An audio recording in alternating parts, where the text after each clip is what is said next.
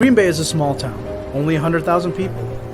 Those 100,000 people may be different in many ways, but there's one thing that brings them all together: the Green Bay Packers. In Titletown, the blue-collar city only knows hard work, tailgating, championships, but more importantly, they know family. We have a saying in this town: faith, family, and the Green Bay Packers are all that you need. Sanjay and I grew up in Green Bay. You could say that we are Green Bay, or even better, the voices of Green Bay. We bring a local feel of Packer fandom to a worldwide audience. Friendship, family, and football. Ladies and gentlemen, This is the Freezer Podcast.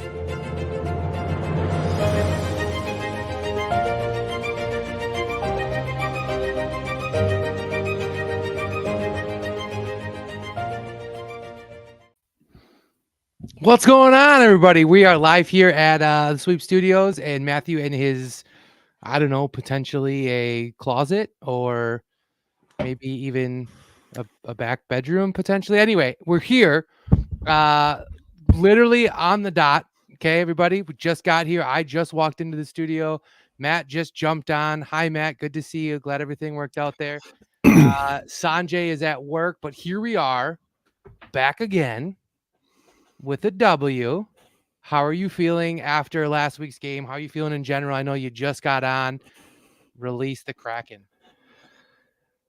I mean, I feel pretty good about. Hopefully, I sound good. I didn't test my mic before this, but I think compared to how we felt like a month ago, this is kind of like the polar opposite of what was going on back then. And all of a sudden now we're, people are talking playoff scenarios. People are energized again by the team. Like people are really excited for the Chiefs game coming up this coming Sunday. So I just feel like, from where we were, mid-October talking about, draft picks and top 5 picks and losing games because it's not worth it to win anything else. And this stinks and that stinks. Like, obviously we're very reactionary show and dudes, and so like we just sort of always ride the wave of the ebbs and flows of the season. So to be here, at 5-6, 5-6 in past years might have been a gut punch, but 5-6 this year feels like an accomplishment.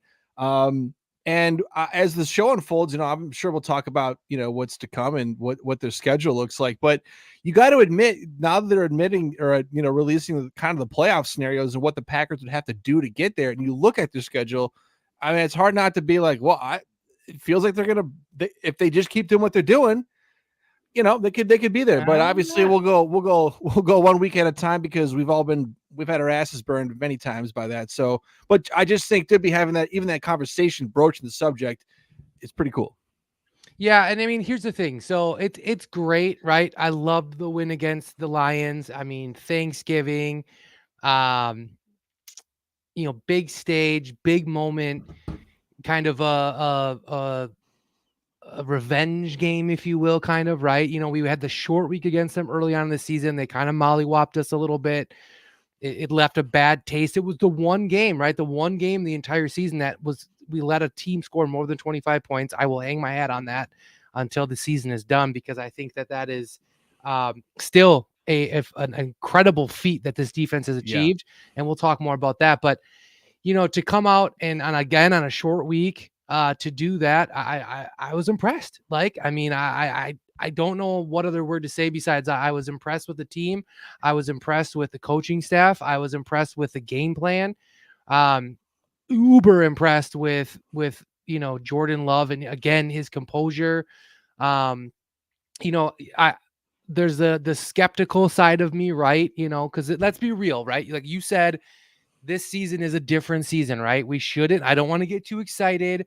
We went into the season with very low expectations. We won the Chicago game. We all thought Super Bowl. Then we had hit in the gut for a couple of weeks. And now it seems like we're kind of trending upward. Now, I say that we did win against kind of a lackluster Chargers team. We won against a Lions team that's not playing good football right now. So there are those sides of it. I could easily make those kind of stupid arguments just to piss people off. But ultimately, I think we're right where we want it to be, right where I wanted this team to be when I started the season was when we get into like week 9, 10, 11, where are we, right? Are we fluttering? Are we as bad as we were week 1 and 2? Are we digressing or are we progressing? Like, what is this team going to be in about 10 weeks? Because it's a young team. The coaching staff is a little off. You know, there's going to be hiccups. We saw a lot of those early penalties, those mistakes early in the season. We're starting to see those kind of come down a little bit. So I wanted to see, you know, all these young guys kind of playing together for the first time, really. It's going to take time, right? It's going to probably take 10 weeks to potentially a whole year. And I feel like they're starting to kind of click. They're starting to kind of figure it out like most good football teams do. Now, I'm not saying necessarily that this is a good football team. I want to believe it in my Packer heart of hearts, but good teams, right? They start to play better football about right now, right? Heading into December, going into January.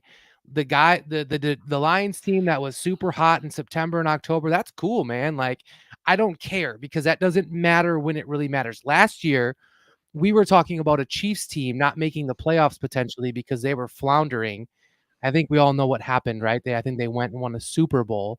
So I'm not saying that's what we're going to do by any means, but we're playing better football when it matters. And it seems like things are starting to click, and it's got me feeling pretty optimistic.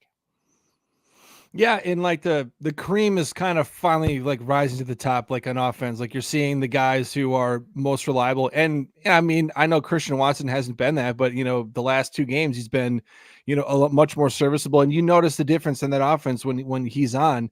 But I think it's been mentioned a few times in the chat that like they're finding an identity, they're finding some consistency, and I think most importantly, they're playing with some confidence. Like they look like they know what they're doing and they're going on and executing finally instead of maybe kind of second guessing or, you know, doing things the wrong way and trying to having to correct it on film the next week. So to see all that is very encouraging, and coming together at this point is really nice.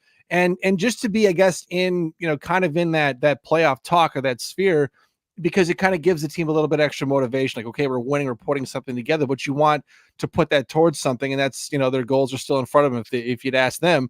You know, and before the season, like, yeah, we all said that, well, this isn't going to be a championship year. This isn't going to be a year they're going to contend. But if they were to somehow squeak into the playoffs, to us and to me, that's kind of their Super Bowl. I think that would be such an incredible accomplishment to be able to pull that off in a season where really nobody expected much of you, and to kind of put those pieces together. I mean, that'll have massive, massive implications on, you know, going to next year. So I don't want to get ahead of myself, but you just kind of see where it's going in terms of what they're building towards. So I think, you know, I like that the fact that this Chiefs game is going to be this Sunday, because I think right now we're kind of, I don't want to say we're peaking, but it's a great test to kind of see where we're at, because this will easily be the best defense that they've probably seen all year long in the Chiefs. So that'll be a good litmus test for where the offense might be at. And on the other side, it's like, you know, Patrick Mahomes is the ultimate stress test. So, you know, both ways. And then after that, you got 5 or 6 games that are, you know, that they should be in. So this is going to be really interesting last month and a half.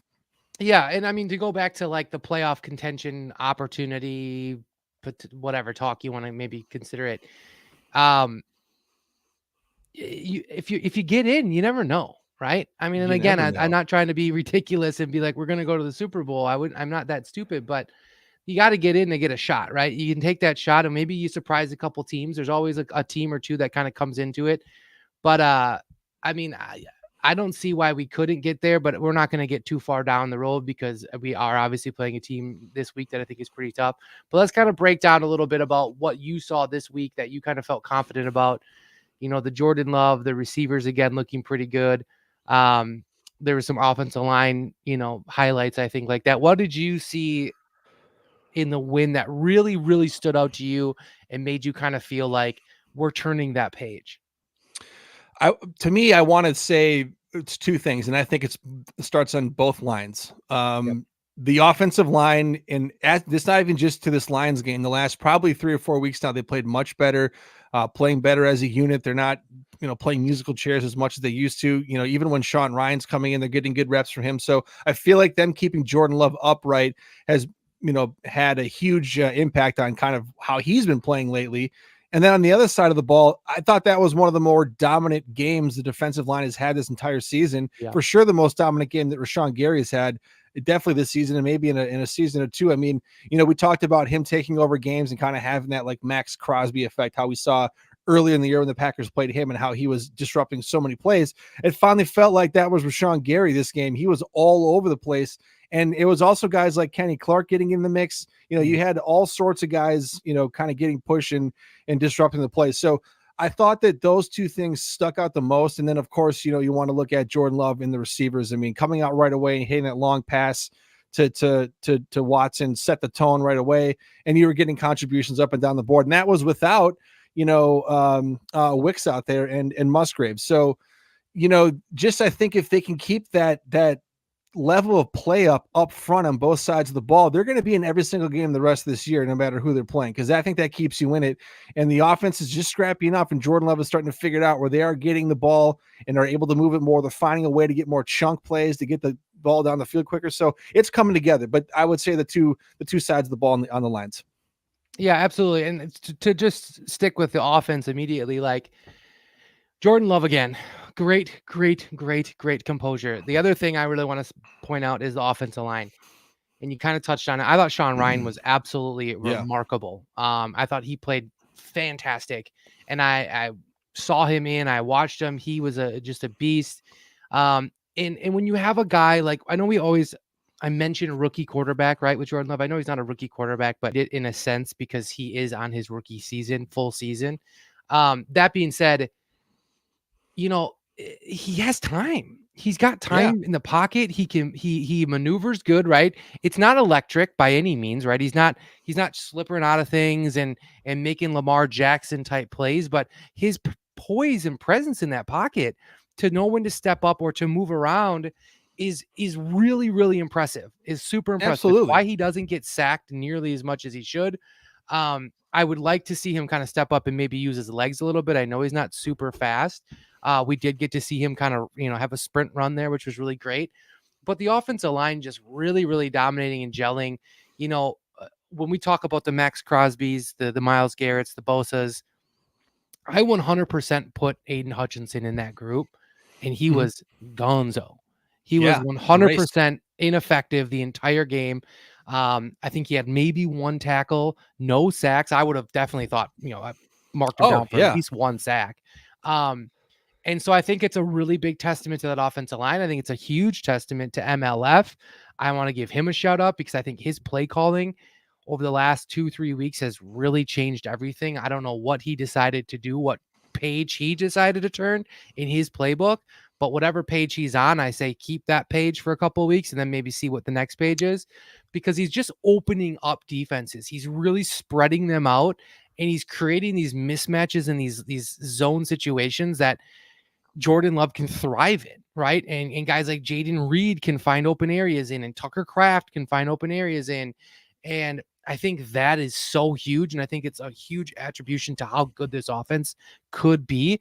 And it gives me the confidence to play kind of anybody at this point, because I feel like it's not so much necessarily we're going to beat you because we're more skillful or we have a 3-time MVP or we're better on Madden.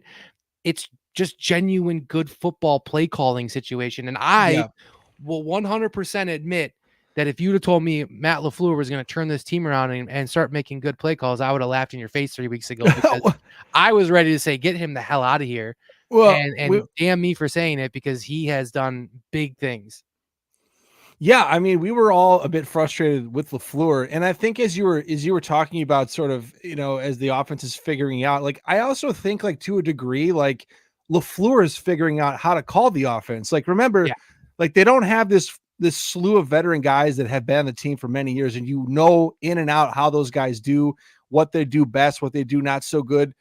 He's still figuring that out. This is a lot of rookies, and then really the experienced guys are second year guys. So, and those guys were losing reps to, Lazard and Cobb last year. So as much as, we're waiting on the players to develop and figure out who they are, we're also waiting, and LaFleur has been having to learn like, well, this guy does this well, and now that we can fit him into this route, we can call that play more often, whatever the case is. But he's also learning about these players. And I think that's why you're seeing now as the season gets, in the back, quarter stretch here or close to it, that he's now understanding what he has more, and he's able to call plays better because he understands what he has better. And I think that that'll continue to go, and we'll see that, as the year goes. Yeah, I think that's a great point. And I think if you've talked to anybody who's ever played the game of football, whether it's high school or collegiately, and then obviously professionally, it takes a little time to get you going, right? I mean, some of these guys, when you have very veteran-esque teams, I mean, they can start seasons very hot just because they know the process, they know the routine. By the time week 2, 3 is around, they're mid-form. These guys are younger. They probably haven't found their rhythm yet. They're not finding, then I'm talking rhythm off the field, right? I'm talking the sleep patterns, the eating patterns, the coaching patterns, the time on tape patterns. And then you got to intricate all that into your patterns on the field as well. So you're trying to, figure out this flow and rhythm within your system. And I think your point is perfect with Matt LaFleur and the coaching staff. I mean, they're right in there, that mix with them, trying to figure out where things need to be. But you're seeing guys, here we are in week 10 or something like that. We're starting to see guys kind of find that rhythm and growth, right? Like Malik Heath, perfect example of somebody who it's like he's ready to rock. Jaden Reed playing at a different level.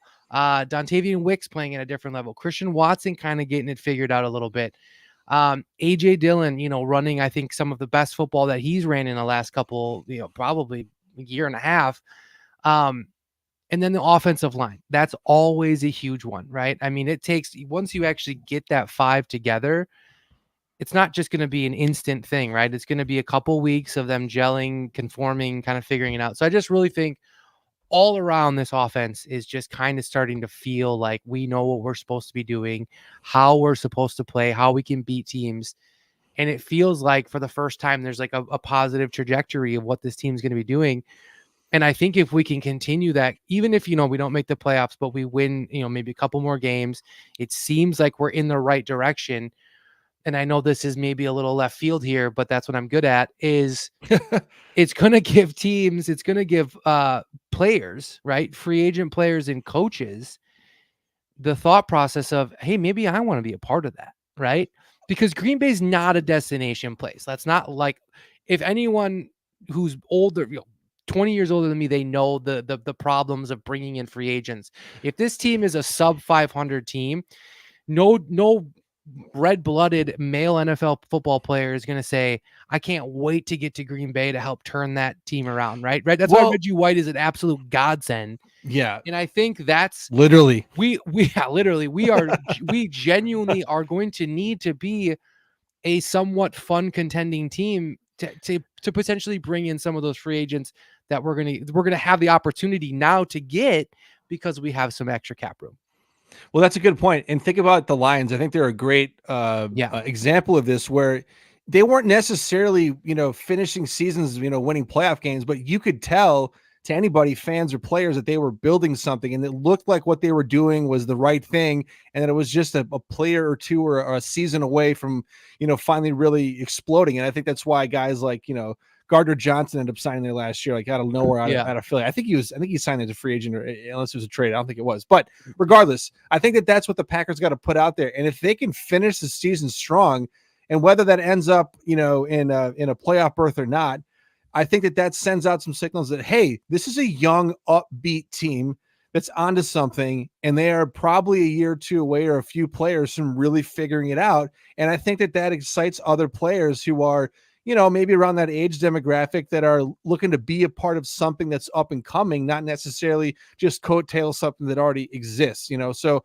I think that's really alluring. And if we can, again, put together a really strong, month and a half, who knows? The cap space, I know, doesn't really blow up until 2025, but that's kind of what this whole thing is sort of building towards anyway. So keep doing what you're doing, because it's starting to work out. Yeah. And I think they're weird when it comes to cap stuff. I don't understand it. I try to understand it. I can't figure it out. But, to say it's not going to happen until 2025, I'll guarantee you there's a way that they can, back end, front end, load it to 2024 and then figure out the 2025. They'll give the, it's like there's weird stuff behind it. But yeah, I think that's a big part of it. I think that, I think I want to see other players coming to this team potentially, as like, hey, this is a fun new team to play with. Now, maybe we don't need that, right? Maybe we don't need any of them. It seems like the players that we have are really kind of stepping up and playing good football in the lack of necessarily like high profile skill players.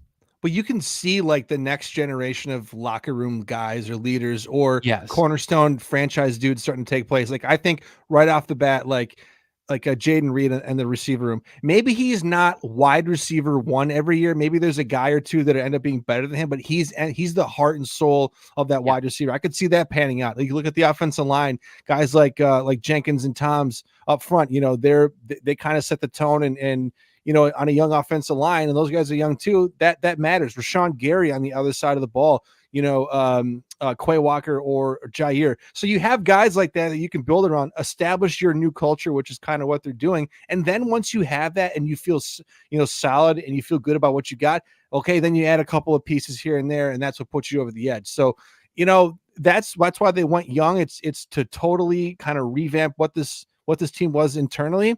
And we had to go through it a bit there, but you start to see kind of what they're planning on and coming out the other side.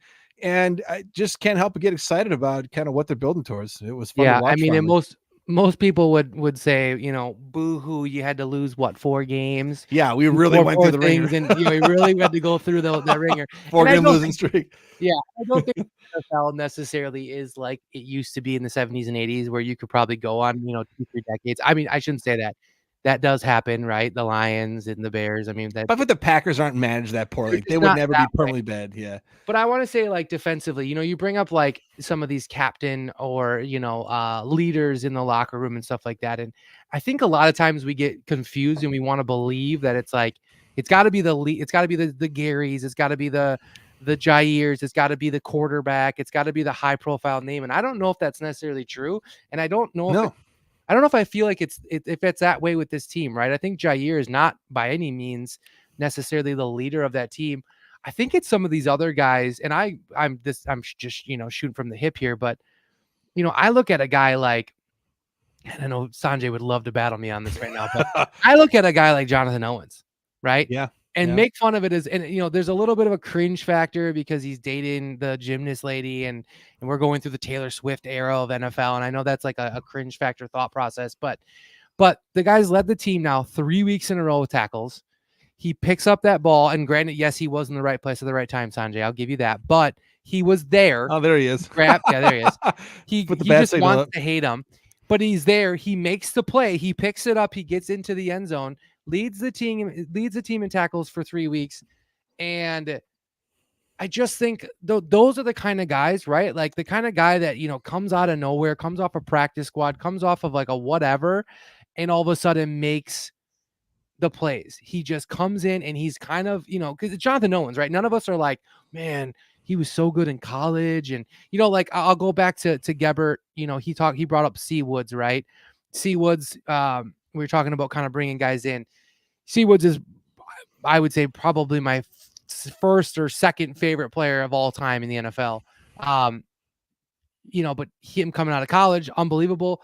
Goes to Oakland, had a couple good years, but then really fell off, right? He was on a fast. Nobody wanted him. Nobody wanted him. He comes to a place that he did not want to go to. Let's not get that twisted either.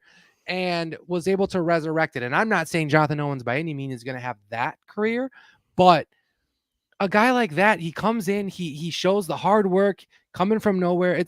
You can say the same thing about Rasul Douglas, right? Yeah. Our hype with Rasul Douglas was a guy off practice squad, came in here, worked his butt off, and earned the respect of teammates. And I think that's exactly what Jonathan Owens is doing. And I think he's the kind of guy that kind of step up and be like, the other guys can look around and say maybe he's a little bit older. He's gone through kind of the ringer. He's had to deal with the practice squad. He's had to deal with maybe not being on a team, but he worked his butt off. He grinded his way up here. So I look at the guys like that, and I think they're super great.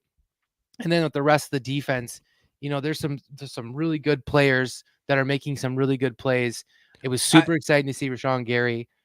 Jump in. Well, I want to say Carrington. I want to shout it out, Carrington Valentine. Yeah, that was I feel like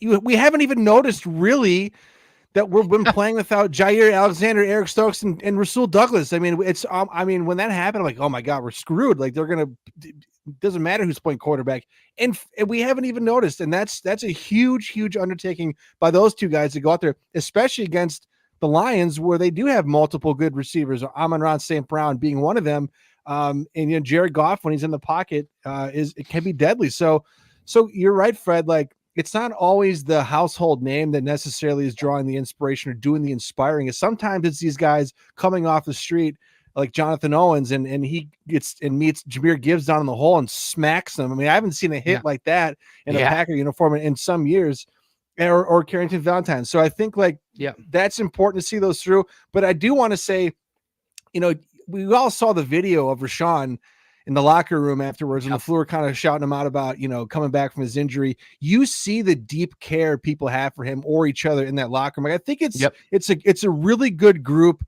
of guys and players that really do care about each other and what's going on. And I just think it's just a matter of time before they put the whole thing together that they're going to be real formidable. And just seeing stuff like that makes me feel that way. So, you don't see that a lot, but I don't know. That was pretty cool to see. It's very true. And I mean, I would say Rashawn Gary is the most passionate football player I've ever seen in my entire life. Yeah. I've never seen a guy, like him. I mean, draft night, right? We all saw the crying video. He was extremely emotional. I remember looking at, I don't know who I was with. Maybe I was with you guys. I don't even remember, but I remember looking over and saying, he's going to be incredible. You're not that passionate without having, the true heart of football. And then you see him in that locker room when they against the Chargers, and they gave the game ball to Jordan Love, and he's in there screaming, about Jordan Love. He's like, like, I like that. But it's a huge testament again to, I'll give the coaching staff some props, but Goody again, right? I mean, you're out there, you're leading your top leading tacklers, and the names that you look at on the box score right here. I mean, this I'm going to pull it right here. It's not who you would think come week 10 or 11 is going to be your guys. You got Jonathan Owens, leading tackler, Johnson Jr., Ballantyne, McDuffie, Valentine. I mean, all these guys that are not the top tier picks that we all expect, right? And, it's not Lucas Van Ness. It's not anybody. And that's not to say that they're not playing great. I think Lucas Van Ness is playing good, but it's these guys like Carl Brooks. It's the guys like Isaiah McDuffie, like this a journeyman kind of guy just coming in and doing it. And it makes you start to wonder, like, with the way this defense is playing and the fact that we don't have Jair and you don't have Stokes. Are you gonna broach the subject and think I don't know. I'm just saying. Go ahead and ask it. Go ahead and ask it. At what point do you start to say, do we need those guys? Are those guys as important as we think? And now a guy like Jair, I think, is very, very generational, and especially when, as a Packer fan, we have not had a true corner like that since Herb Adderley, probably. And Charles Woodson was not a true corner; he was a special being, and I will never call him a true corner. Doug Evans, Craig Newsome. I don't know, man. I mean, Jair is like, he's super special. There's been a lot of good ones. I mean, Mike McKenzie was fantastic. I love him. All those types of guys. But that's my point is, like, either we're going to be so unbelievably stacked with Jair and Stokes and Valentine and Johnny Owens and Savage potentially, and all these guys, and Ballantyne. So I don't know if it's one of those things where, like, we're just really outplaying ourselves, maybe, or what it is. But when you look at the guys that are on this team, on that defense, holding teams to under 25 points and making tackles, it is the Johnson Juniors, it is the Carl Brookses, it is the Jonathan Owens, and there's something to be said about that, man. Well, there is, and I think the defense, like, to me, it's like if they can solve the riddle of the front 4 or 5 and just really have guys that can get after it or stop the run, like, you're going to have success in the back end, and you're going to have guys like Valentine, they're going to ball out, and you already have some decent middle linebackers in place to go with it. So I'm with you, man. They gotta keep that rolling. I thought you were going to go with this, but since you didn't ask it, I'm going to ask it. Now we've seen a little bit more of this team play out, and we've seen the defense step up a little bit. Where are we at with the Joe Barry thing? Because 3 or 4 weeks ago, it was get this guy out of town. I don't care who you replace him with. It can't get any worse. A month later, they played pretty well. They've endured some injuries and D'd up some decent offenses along the way. and they'll get another test this Sunday. So where are you at with that now? Do you feel any better about that? Or are you still kind of going, let's see how this plays out? I don't know, man. I have no idea. So if you were to tell me that this team defensively would be better against the Lions and the Chargers and potentially the Chiefs without Devondre Campbell or Jair or Stokes or Savage, or if you were to list it off this situation, I would have said you're crazy. You're absolutely like mad. And I don't know if it's because of Joe Barry or if it's because these players are playing the way they want to play, but it definitely feels like, I mean, yeah, you can say he's still in the hot seat, Sanjay, but is he, right? Or is he just buying more time like he's always done, right? He did the same thing, was it last year or the year before, where we were calling for his head? I think it was last year, yeah, because last year was the year where we started off and Jefferson had like 700 yards against us week 1, and we were playing all that stupid zone defense, and then he switched it up to man, and our defense looked a lot better, and he kind of bought himself another year. Is this the same thing? Is it where like all of a sudden maybe he's not that bad? I still am going to come back to, and I'm going to say this 100 more times on this show and 100 more times until it stops. One team has scored more than 25 points against us in however many games. I don't know, what week are we on? Why can I not figure out what week we're on? Are we in week 10? Well, what 11? we're what 5 and 6? 5 and 6. So we're on going to like week 13. Well, okay. See, I'm an idiot. Something But again, so we're 13 weeks in, 12 games in, and one game over 25 points. Like, that is super impressive when you look at this the scope of the NFL and how offensive teams are. Now, I know we haven't necessarily played some of like the high scoring teams, but I think there's something to be said about that. That's not me saying keep Joe Barry, but I don't know. There's been a lot to criticize Joe Barry about, but you can't do all that and not acknowledge the fact that they haven't given up a ton of points, in many games, and we've talked about it on the show that, like, if you think about it, they've been in every game. It's not like they've been getting slaughtered. The defense has done enough to keep the offense in the game. I think, if looking back on the last 12, 13 weeks, the way the offense struggled for the better part of a month and a half, like, I think that really like magnified any defensive problems that they had, because it made it all seem worse, because the offense could never score a point. So the game's like 13-3, and we're bitching and moaning because the defense isn't doing enough. Like, well, they only gave up 13 points, whatever, insert whatever number you want, but you get the point that I'm trying to make. Like, they're doing a lot. And if this is years past with some of those Aaron Rodgers teams, this team's 8-9 wins right now with the way the defense has kind of been playing. Maybe not 8 or 9, but they would be, division leading, or at least, comfortably in the playoff, scenario machine. So I, if I can project a little bit, I still think that it's a wait and see. There's been enough, weird shit that's gone on that I'm not just, going to hand out a, you're safe, a card for next year. But if they finish the season 4-2, 5-1, and they make the playoffs, or just barely whiff, and they're, to me, it's like,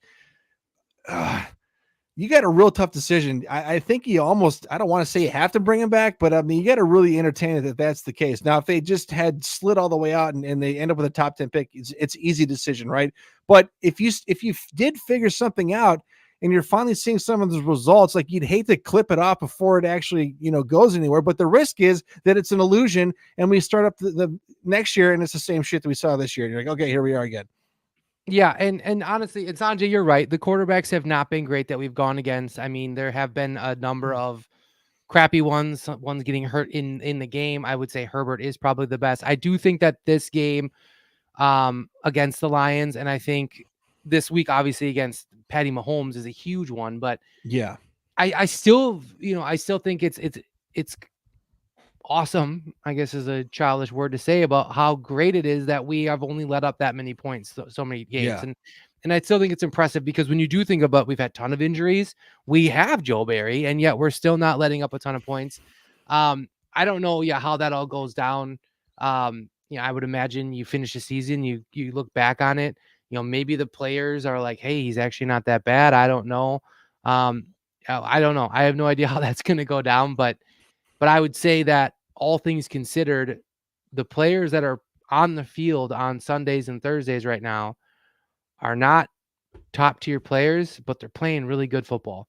And I think going into Kansas City, coming into here, is going to be a big testament of that. but I feel relatively confident that this defense can do decent. Now, I would bet that the 25 points thing is probably done. I'm just gonna throw that out there. I will say this though: if they hold Patty Mahomes to under 25, then we can revisit this next week, and I will probably have a completely different voice on the situation, because that would be pretty damn impressive. Yeah, it really would be. Yeah, I know. So anyway, go for it. Go ahead. You got it. No, I was gonna transition to something else. So, well, I don't know if you want to segue into the Chiefs stuff, but I'm with you that this is going to be a really huge test. And the Chiefs have been on TV a lot lately, so I've seen a lot of them, and they're not exactly playing their top football right now. They're very vulnerable. I mean, they were down 14-0 to the Raiders before they remembered that they're the Chiefs and they're the Raiders, and they went on a bit of a scoring streak, but they've been up and down the whole year, and they've been vulnerable to losses. So I feel like on the road, it's a night game. Packers have a little bit extra rest. They're playing with some confidence, but I feel like they're playing with the confidence of like, hey, almost like we don't have anything to lose confidence. Like, whereas the Chiefs are like, we are the Chiefs, we're a brand, we're the Super Bowl champs. Like, we have all this stuff on our shoulders. Whereas we're like, hey man, we're just figuring shit out and we're trying stuff and we're having fun. So I feel like that type of confidence in playing loose really bodes well in games like this against teams that have a lot more to lose and have a bigger spotlight on them. Yeah, and I honestly think it's the right approach as a fan too, a little bit, right? I feel like the last couple of weeks I've just been going into it like, I just want to see some progression, and we've done really well and we've won. And I think that this game, Kansas City coming in is going to be intense. The NFL right now, right? And just let's just overview really quick with the NFL. The NFL is in a weird situation, probably not exactly where they want to be. Mostly because I would imagine the NFL, their dream would be, for Aaron Rodgers to come back on a white horse and lead them for a Super Bowl. But, they lost Joe Burrow, right? That's a huge loss for the AFC and kind of that run. The Dolphins are always kind of a question mark. I think Dallas is playing really good right now, but we don't know where that is. But other than that, I feel like there's not really these teams that are like, uber dominant, right? The Kansas City Chiefs not looking super good.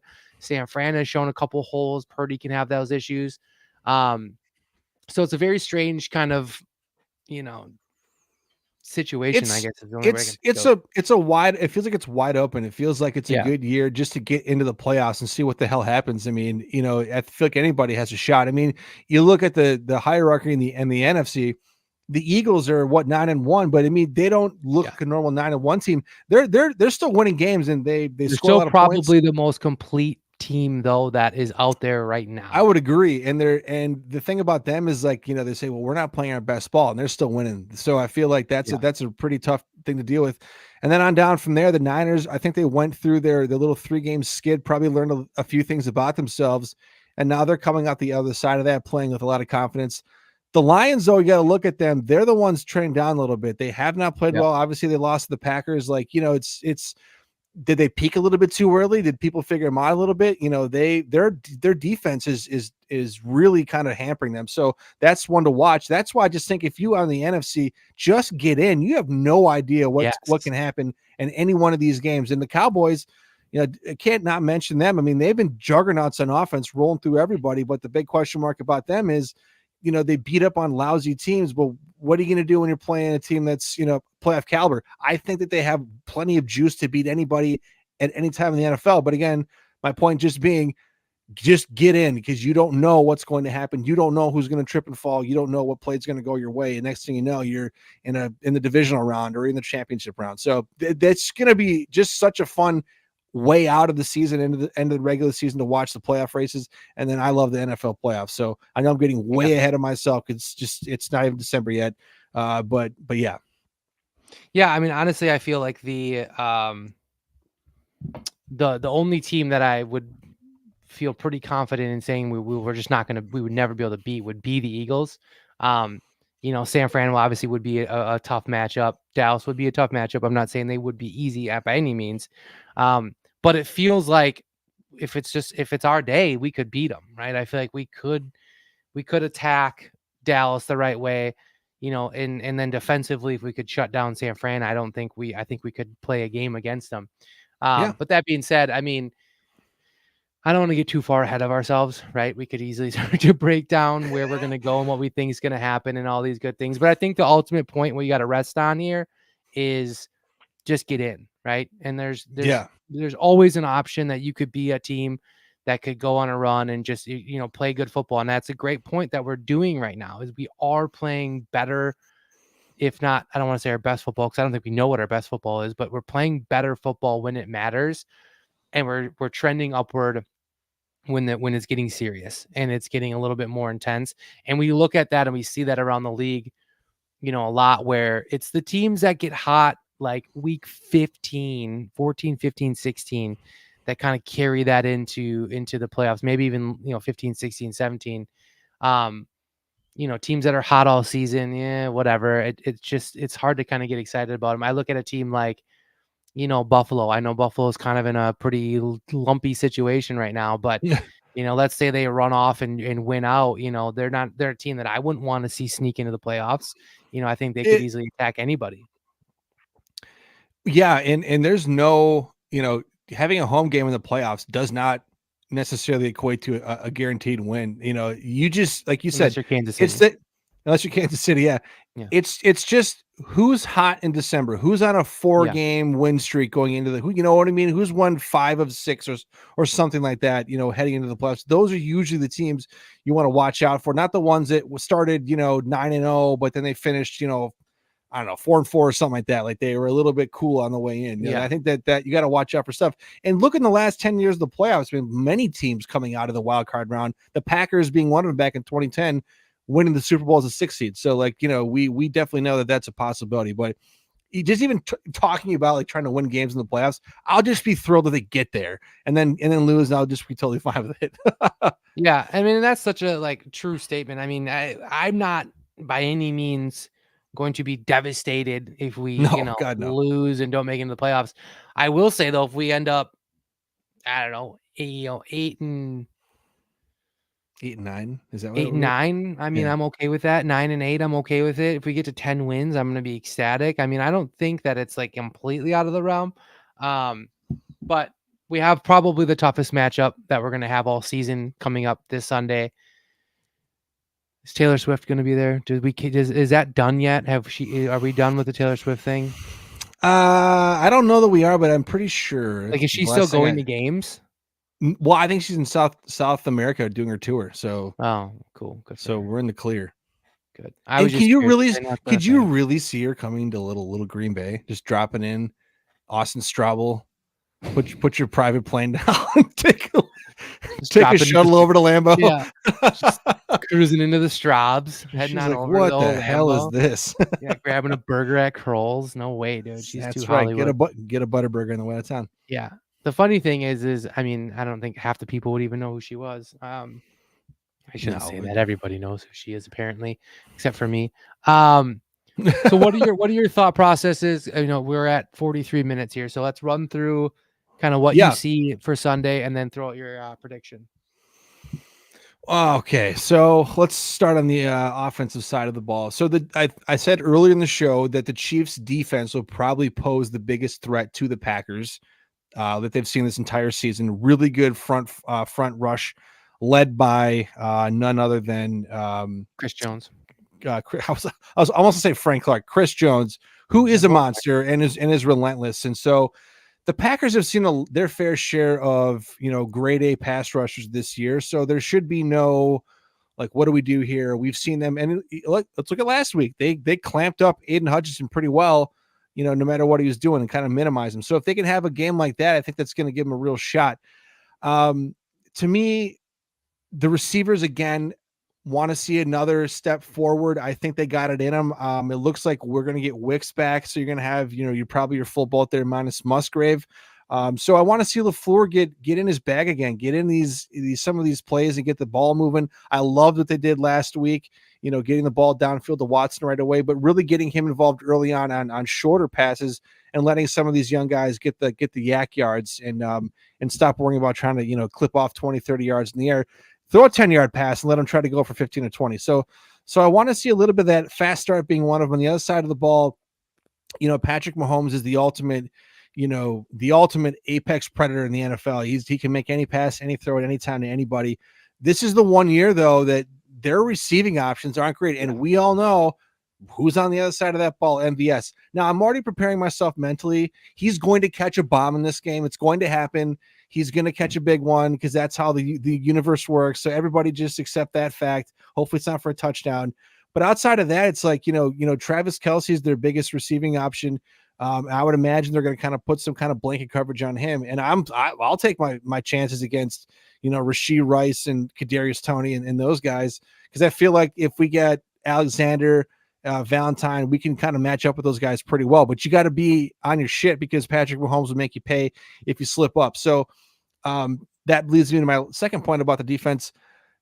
Build off last week. Let's see that defensive front show up again. Let's see Kenny Clark walking Creed Humphrey back into the backfield and putting him right into Mahomes' lap. Let's see Rashawn Gary, creating, dozen pressures and getting a handful of sacks. Let's see, Preston Smith or Carl Brooks knocking balls down. Let's see all that stuff again. And then let's see another couple of big shots from Jonathan Owens. Let's see Jair get in the game and see through one of these interceptions, a turnover or two. I just think if the Packers can play clean football and they can keep that aggressiveness and some of that tenacity they had against the Lions, they're going to be in this game. There's no reason to think that they can hang with them. This is not your typical juggernaut Chiefs team. I mean, they can score like anybody. We saw last week they're down 14-0, and next thing you know, it's 31-14 or something like that. So not to minimize what they're capable of, but I think the Packers are playing with some confidence, and they should be. They're playing well, and they're it's showing up on the field. So, when I look at this game, I feel like the Packers are going to be in it, man. I'm feeling the flow. I'm feeling the juice. In terms of the scoring, I think it's going to take probably 30 to beat them. I think they can beat them. So I'm going to say Packers 31, Chiefs 28. Give me a field goal. I'll take that. I like that. That's a reasonable score. All right. So the Chiefs are coming off kind of a whirlwind of last few 4 to 5 weeks, right? So they lose to Denver. They have a basically a comeback type win almost kind of against the Raiders, which is a joke. Yeah. They had a close game against the Dolphins. Then they go to the Packers, which they probably overlooked a little bit, potentially could. I would like to think Patrick Mahomes wouldn't do that. I would like to think Andy Reid wouldn't do that. But next up on their calendar is the Bills. And we all know that that's a pretty heated rivalry. That's a big one, yeah. So don't think for a second that maybe some of them aren't thinking about that, right? Going into Lambeau is just a quick one. Let's get over to the Bills and figure that one out. So there's part of that I kind of think is in my head. Defensively, I think we can interrupt this game big time. And I know I'm coming off a little bit of a high of last week, and I get it. But I think Rashawn Gary, I think I think Clark, I think is Wyatt going to be able to play? I know he was kind of I didn't see what his injury was going on with that. Yeah. But I think he's played really well. Van Ness, Slayton, Preston, Brooks. Slayton. I think that front line with Brooks as well. I think is going to give fits to Patrick Mahomes. Now, Patrick Mahomes is fantastic at getting out of situations, throwing, intense balls. So I think that's there. But I think we're going to get in his head early, and we're going to just keep pressuring him, which I think is important. Yep. I like the idea of being able to have someone like, a Johnny Owens or a Quay Walker to kind of watch Kelce, kind of keep Kelce. That's why I'm a little bit confident, because you had that speed at linebacker finally. Not a bunch of guys that are stuck in mud. Yeah, so that's where I feel, that kind of tackles the two main guys, right? I mean, everybody else I think is a jag on that team. I'm not too concerned about them. And I think our corners can match up with their wide receivers man to man and not really have to worry about it. I'm not too concerned. Now they'll have some plays. They're going to have some longer plays. I think they'll have some longer underneath plays, because I think if there's anything we should all be understanding by now, it's that Joe Barry will allow long underneath plays with not wanting long over the top plays. So we're just going to have to deal with it. This is the kind of game. This is the kind of game that Joe Barry was brought here for. Is keep everything in front of you, not anything deep. This is the kind of defense you want. This is the perfect game. That's funny. Yeah, and I think Sanjay, great point as well. With having guys coming back is a big part of it, and I think I'm excited about that. Just because we haven't seen health. Now I don't know if that interferes with kind of the flow and chemistry that's going on right now. I can't imagine that it would. I would hope that that's where the coaching staff kind of is able to regulate that. But I like our defense more than I like their offense, and that's a crazy statement to make, Well, considering we're talking about arguably one of the best it, quarterbacks of our era. it's not a great O line. They have I know Creed Humphrey's really good, and they just paid Fantastic. they just paid one of those tackles a lot of money. But I got a guy that I work with is a huge Chiefs fan, and he can't stand that tackle that he's always getting beat. So to your point, this is a very beatable Chiefs team, and it's a Packer team that's kind of figuring their stuff out and is playing with confidence. And I just think, again, and we just talked about it, that defensive front, to me, that's where the game is going to be won or lost. If we are providing pressure, we're getting home, we're not letting Pacheco rip off 15, 20-yard runs, I think that's going to ultimately win the game for you, because they're not going to be able to go up and down the field, or Reed's not going to be able to call what he wants to call. Mahomes is going to be, going to get his at some point, but can you limit the amount of times he's getting those things? And I think just being like, try to take Kelsey out of the game as much as you can. And like I said before, I'll roll the dice on trying to D up Kadarius Toney and Rashid Rice and Sky Moore and MVS. Like I don't lose sleep about those guys. So, it's going to be a great test. And I think that this is the kind of game where if they win the game, or it's a competitive loss, they're close, it's an exciting game. Like, I think, again, that propels you into that last month or so of the season, feeling pretty damn good about yourself. If they win this game, I mean, it's on, man. The people are going to notice. It's going to be a lot of TV people descending here, getting interviews about the upstart Packers, the Packer kids, all this stuff. It'll take off if they win that game. You watch. It's the Pack Attack kids, baby. The Pack Attack kids. So yeah, and I think our biggest key to the victory will be the pressure, right? And I'm gonna go back to that. And so Mahomes in the last I think it's 6 games was sacked 13 times. Yes, see, that's a big deal, right? And we're talking like, so that might not seem like a crazy number to anybody else, but we're also talking about a guy who's elusive as all heck, right? I mean, he's super good at getting out of situations and being able to scramble and get the ball off in very awkward situations. So, I think that's a huge part. And you look at Gary coming off a 3-sack game, you look at just his defensive front seven. I think they're hungry, right? I think they're feeling like we can dominate anybody. Yes. I want some of that. I want some of the Gary sacks. I want to get in there. And so I think that's where, maybe they put an extra guy over there on Gary that opens up some space on the other side. For us offensively, I don't think you have to do much more than just do what you kind of did against Detroit, right? And I know that's super simple and easy, and it's not obviously going to be the case. But what I want to see is continue to spread the field, continue to open up the field, and utilize each player to their best ability, right? Utilize Jayden Reed in situations that make Jayden Reed a fantastic player. Utilize Christian Watson in situations that make Christian Watson a great player. Don't try to force situations into what you think the players should be. Let them play to their best position and ability. Well, and don't forget, they're going against the Steve Spagnuolo defense. And what does Steve Spagnuolo like to do? Blitz. He's going to blitz and blitz and blitz. And the last time I think that we played them was the COVID game that Rodgers was out and Love played, and they blitzed the shit out of the entire game. So you got to know that's coming. And I think LaFleur famously said they kind of set Love up to fail because they didn't think that they would do that. But you watched, they still know that he's a bit inexperienced. So they're going to bring the noise. So hopefully you have a counter to that. And hopefully the running backs are up for the extra detail in terms of blitz pickup. So A.J. Dillon is going to earn your keep this coming week. That's why it hurts not to not have Aaron Jones, because he's fantastic at that.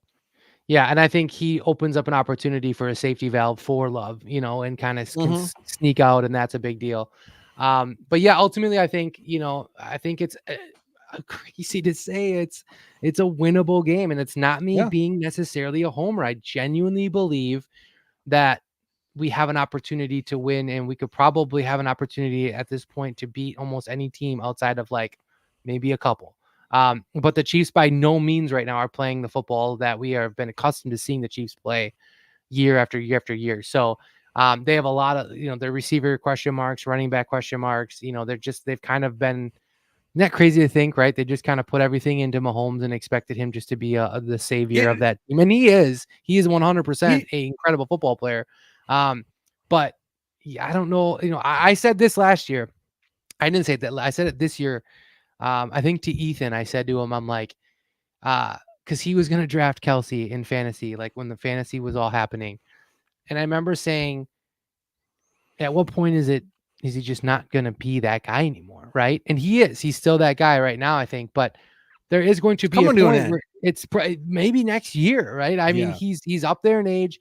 There's going to be a point where he's not the dominant guy that he is. And where are you as a Chiefs organization right now without Travis Kelce? How are you throwing the ball to? So Well, there's a not to lot of turn- issues there. Not to turn into a Chiefs podcast, but totally, man, they got to go on the offensive and bring in some receivers. It honestly reminds me of like mid-career Rodgers, a late career I was Favre. gonna It's say, like this just is- nobody playing for him in receiver. Yeah, I was just gonna say this is literally what we kind of, I don't know if it was we had to do it or it was what we did, but not being able to bring in receivers to That's kind of big. play with him, So yeah, tweet us earlier, but if Green Bay makes playoffs in Love's first career, he'd be the first quarterback to do so in over 30 years. Neither Favre nor Rodgers did the first. That's wild. Great Be stat. pretty Dan. awesome. Yeah. So anyway, I think we have a chance to win. I'm going to be very close in the score because I think we're right there. I think that's where the cap kind of is. Yeah. I'm going to say though Sunday night, the hype is going to be real. I think the energy is going to be there. I think Kansas City is obviously going to come to play, but I think their mindset is going to be in Buffalo. And I think right at this exact moment, I think we're the better team. So I'm going to say we are going to win 35-31. I think it's going to be a game. I think we're going to score. Jesus.